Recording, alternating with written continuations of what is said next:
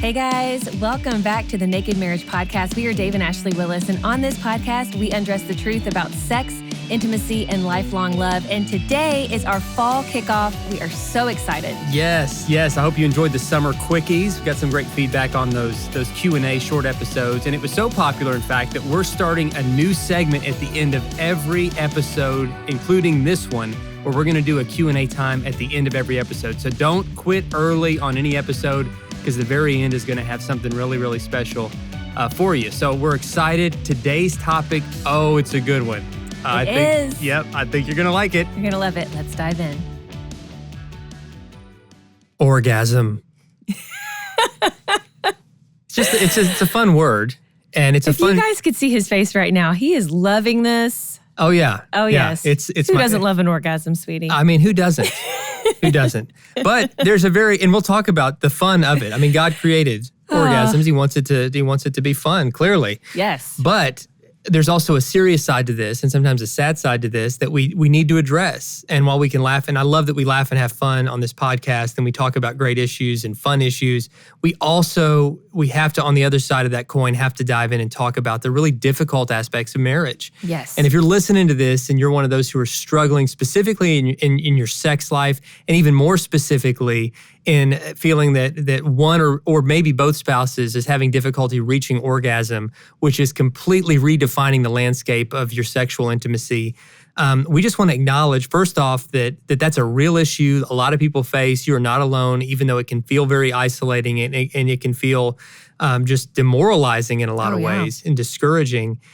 You're not alone. Don't give up. This doesn't define who you are as a person or as a couple, but it is something to work to try to find solutions to, whenever you can. And I think that's just where we start the conversation, is saying we're going to work towards solutions. We had a lunch yesterday with a couple.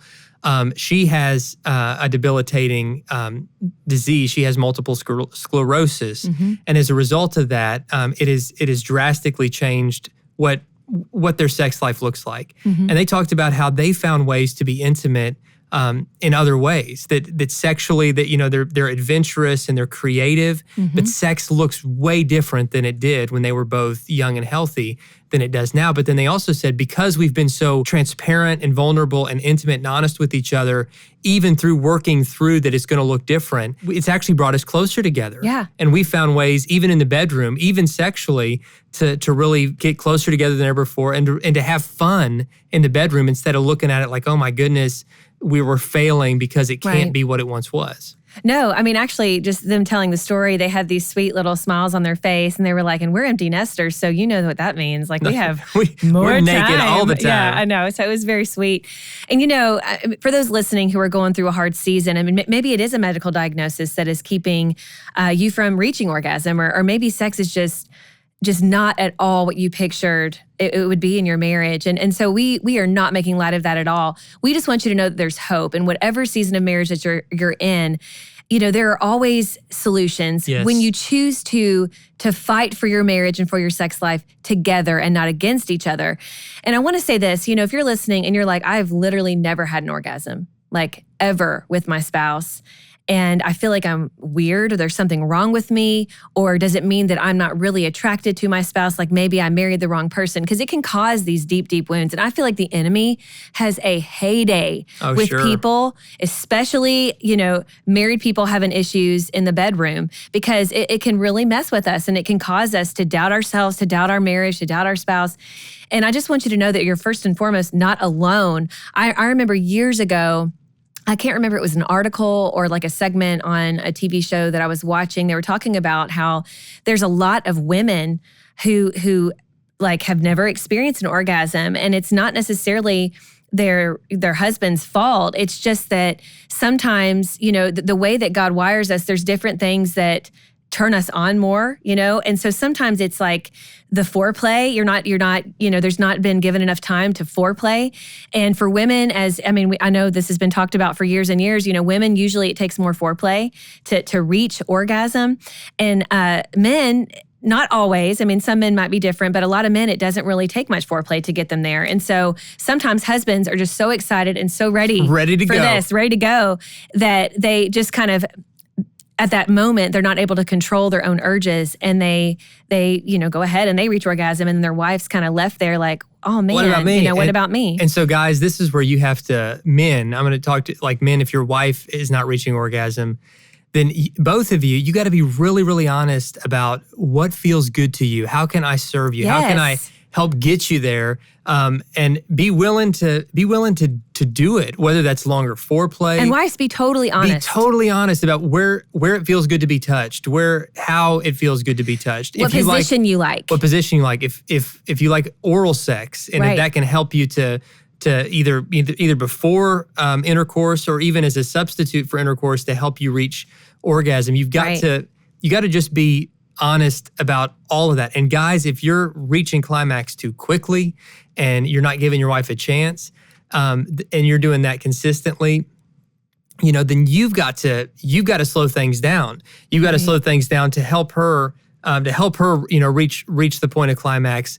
And maybe that means you're rethinking, how you're entering into it. Maybe you need help. There are things like desensitizing gel. There are desensitizing things that guys can use if you struggle with premature ejaculation. Right. That's a real thing, and a lot of guys do, and they're like, man, I just can't control it. There are things out there to help you. So we're just trying to help you guys kind of give yourself permission to say, there are solutions. Let's find those solutions. And sometimes those solutions are as simple as being really honest and talking openly about what you like, what you don't, what feels good, and then doing those things. Sometimes it might require some additional aids, whether it's a lubricant or whatever it is that's going to help you. But just keep searching. Don't give up and say, well, we're just not going to enjoy it. And I also want to say, if there's one spouse that maybe isn't reaching orgasm, and you're the other spouse thinking, I'm not pleasing her, I'm not pleasing him, I don't know what I'm doing wrong. Just because they're not reaching climax doesn't mean they're not enjoying it. And it certainly doesn't mean that you're doing anything wrong. Absolutely. And I would say this too. I feel like there needs to be a conversation too about, well, do you reach orgasm when you're masturbating or watching pornography? Because I think sometimes people are doing those things, reaching orgasm, and then not having as much drive when they come to, to their spouse and having sex with their spouse. And that's a whole other topic. We have many episodes on that. We have many articles on that. So definitely be honest about that, because that could also be a barrier in why one or both are not reaching orgasm, because you've been sexually satisfied, by doing it yourself, so to speak. And so we don't want to do that, because again, we need to, save that sexual energy for your spouse, because it's a way that you can serve one another. It's a way you can connect like no other way. It's this beautiful gift from God. But I also want to say this. I think when you have trouble reaching orgasm, it can really create anxiety, because you want to so bad.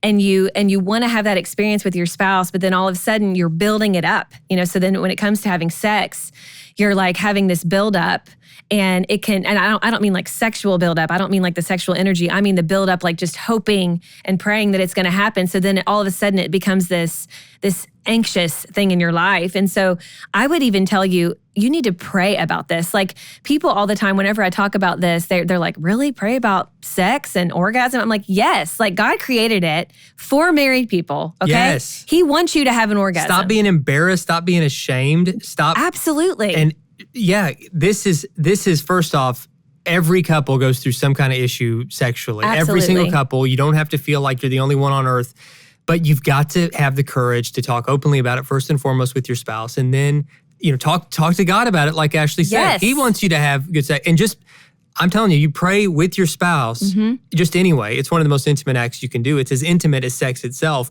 and pray together about your sex life. I think having the courage to talk about it out loud to each other and to God, that alone will take you to another level of intimacy. And then beyond that, get creative. Do some things you're not doing. Right. And I don't even know what that looks like, but I mean, God's given you an enormous amount of freedom to express yourself sexually, and for it to be playful and fun. Don't look at it as this chore. Don't look at it. And not pressure. I think don't take the pressure off. Take the pressure off yourself. Right. And just get naked and have fun. And I would say too, the way you can relieve pressure is just loving your spouse, rubbing their back, like taking that pressure off, because you want you want your spouse to feel good. Like this mutual, beautiful act where you want to satisfy each other. But I think sometimes when one or both haven't reached orgasm, there's that pressure. So just pray about it together, pray with and for your spouse, especially if you have a spouse who's never had an orgasm. Really, really pray for them and just say, Lord, help us get there. We want this so bad. We want to connect in this way so bad. And I want my spouse to feel good. And I don't want him or her to feel ashamed or like there's something wrong with them, and just take the stigma off. I would even venture to say too, if this is an issue that has been continuous in your marriage and you're kind of hitting a brick wall, so to speak, I would go see a counselor. I mean, sometimes there's things, mental blocks that you can have because sex is very much, it's mental, it's your emotional. Mind is the most powerful sex organ you have. It's the most powerful. And so I would say, definitely see a counselor. Sometimes you can even have, like I mentioned before, anxiety and depression can become this huge issue just because of not having an orgasm and then feeling ashamed because of it. So be willing to talk to a Christian counselor and do whatever it takes to get the help that you need. But bottom line, we want you guys to know you're not alone. You're not the only one, and you will get through this. I know. You will. You will. And hopefully, guys, this short conversation today will help you to spark some new conversations and some new sexual exploration in your marriage to lead you guys to a closer sexual intimacy than you've ever had before. We hope you've enjoyed these kind of Q&A episodes that we've had. And we've gotten such great feedback on Q&A that we've decided that starting next week, and next week we're going to go back to the regular format of our episodes, our full episodes. They'll be longer. But at the end of those episodes, we're going to do a brief Q&A section at the end of every single episode. So if you want one of your questions answered, you can reach out to us and submit questions. You can go to nakedmarriagepodcast.com and find everything you need there to submit your answers to Ask us anything. I'm serious. Like, you guys know, if you listen to this podcast long enough, we're willing to talk about just about anything and even tell you some of our own embarrassing stories of whatever. So we want to be this is called the Naked Marriage for a reason, because we believe that God wants us to have honest, transparent, connected, thriving marriages. And the only way we can do that is by talking about stuff that really matters, stuff that maybe before we were embarrassed to talk about. So these are going to be anonymous questions. We're not going to say your name on the air unless you really want us to. But, please just ask us whatever's on your mind and heart, and we will do our best to answer it. So we will see you next time. I'm so glad we got to have that conversation about orgasms, which is such an important part of marriage and a struggle and a silent struggle for so many people. And hopefully that conversation helped. We've got additional information about how to connect sexually in our book, The Naked Marriage. And I encourage you to read that or listen to that audio book as a follow-up and as a next step. But now it's time to dive into the Q&A section of the podcast. And I'm so excited that we're adding this segment. And we got some great questions that have been sent in already. We encourage you to send in questions if you would like for us to answer those. But here's the very first one. Is there such a thing as being too sensitive and getting offended way too easily in marriage? Or should you be able to express that your feelings are hurt no matter how ridiculous it may sound at the time? So this is a good question. I can see both sides of it. And I can see where if a husband and wife are wired up completely differently in terms of kind of their sensitivity meter, where this could cause a lot of friction and misunderstanding. And so, sweetie, you wise, wonderful woman, why don't you dive in and start with your perspective? Well, when I saw this question, I honestly laughed to myself, because I think I've asked this question. I think Dave and I have talked about this question a lot, because I'm one of those people where I feel I have all the feels all the time. And there were times where I used to hold that in, and what would happen is it would bubble up eventually, and I would spew it out on Dave in a really unhealthy way. And in our book we shared specific stories, and it could be over the silliest thing, and we'll tell ourselves, well, it's silly that bothers me, so I probably shouldn't say anything.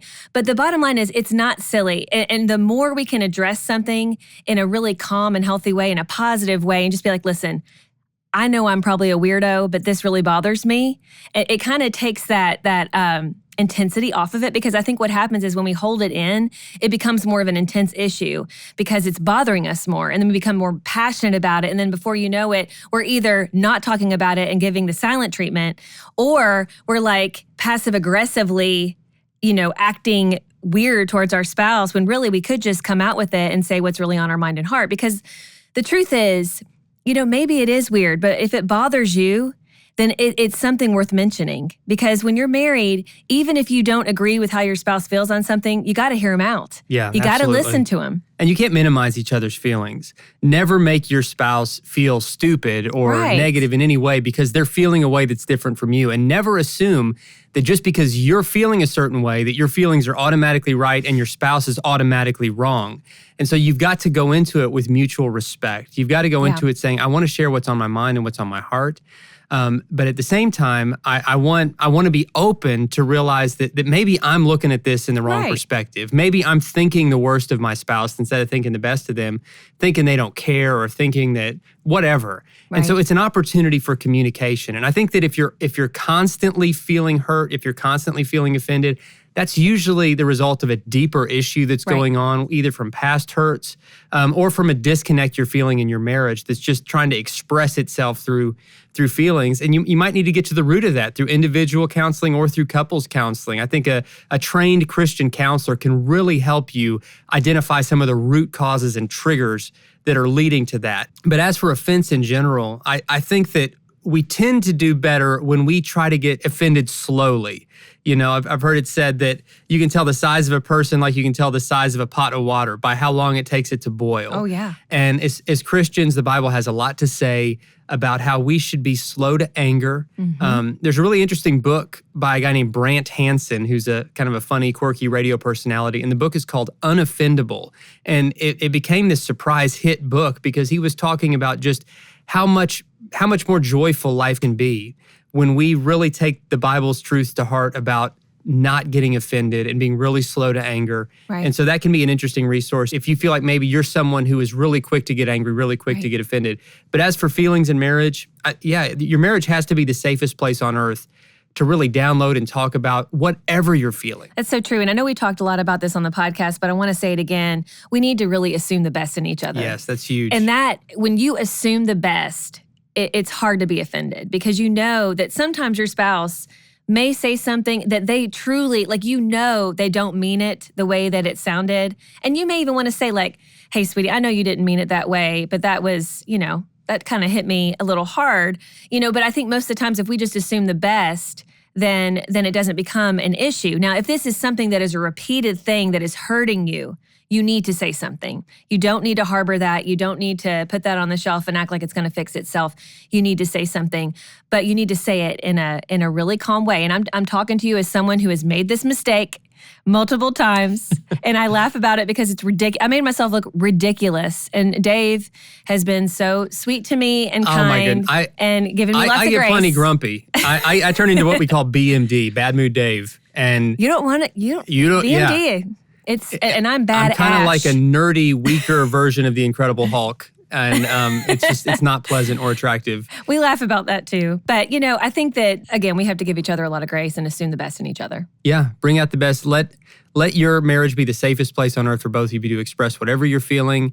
And that communication can lead to such deeper levels of intimacy. So that was a great question. If you've got a question, go to this website, nakedmarriagepodcast.com. And when you go to nakedmarriagepodcast.com, there will be a place for you to submit questions, and we look forward to hearing yours. This is going to be a fun segment we're going to do at the end of every episode, and we would love to have a question from you.